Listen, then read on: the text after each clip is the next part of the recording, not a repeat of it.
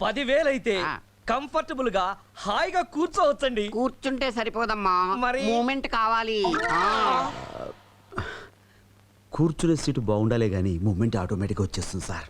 మీరు అలా కూర్చుని మూమెంట్ స్టార్ట్ చేయగానే మా అమ్మాయి కెమెరా పట్టుకుని అలా షూట్ చేస్తుంది. నేను బాగా షూట్ చేస్తాను, ఏది మిస్ చేయను. మనం బాత్రూమ్ లో కూర్చోటం, వాళ్ళు కెమెరాలతో షూటింగ్లు చేయటం, ఇది నాకేం నచ్చలేదు. నేను వెళ్ళిపోతున్నాను. నువ్వు ఆగు చెప్తాను. అయ్యా, ఆ పరిస్థితిలో కెమెరాతో షూట్ చేయడం అంతగా బాగుండదేమో, ఒక్కసారి మా ఆలోచించ. అమ్మాయి అలా షూట్ చేయదు, ముందు అలా బ్యాక్ నుంచి షూట్ చేసి అలా ఫ్రంట్కి వచ్చేస్తుంది. అబ్బో, అప్పుడు మీరు దాని మీద కూర్చుని కోకో కోలా తాగాలి. అబ్బాయి ఏం లేదండి, మా వాడికి కొంచెం కడుపులో తిప్పుతుంది. ఏంటి కడుపు తిప్పేది? దాని మీద కూర్చుని కోకో కోలా తాగుతూ జంతికలు తింటారా దరిద్రంగా? ఆ బలవాడువయ్యా, ఇంతకుముందు ఎంతోమంది దాని మీద కూర్చుని బిర్యానీలు కూడా తిన్నారు.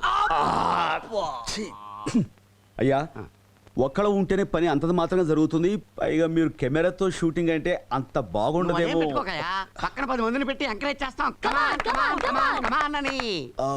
విన్నావా?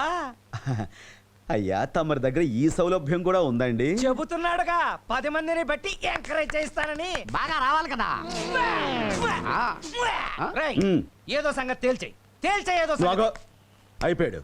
ఇదిగో పెద్ద మనిషి, మాకు మీ ఇల్లు అక్కర్లా, మీ బాత్రూమ్ అక్కర్లా. మేము బాత్రూమ్ కూర్చుంటే నువ్వు కెమెరా షూట్ చేస్తావా? కొంప తీసి వీళ్ళు మన కొంపల బ్రోకర్ పంపించిన కుర్రోళ్ళు కాదు కదా.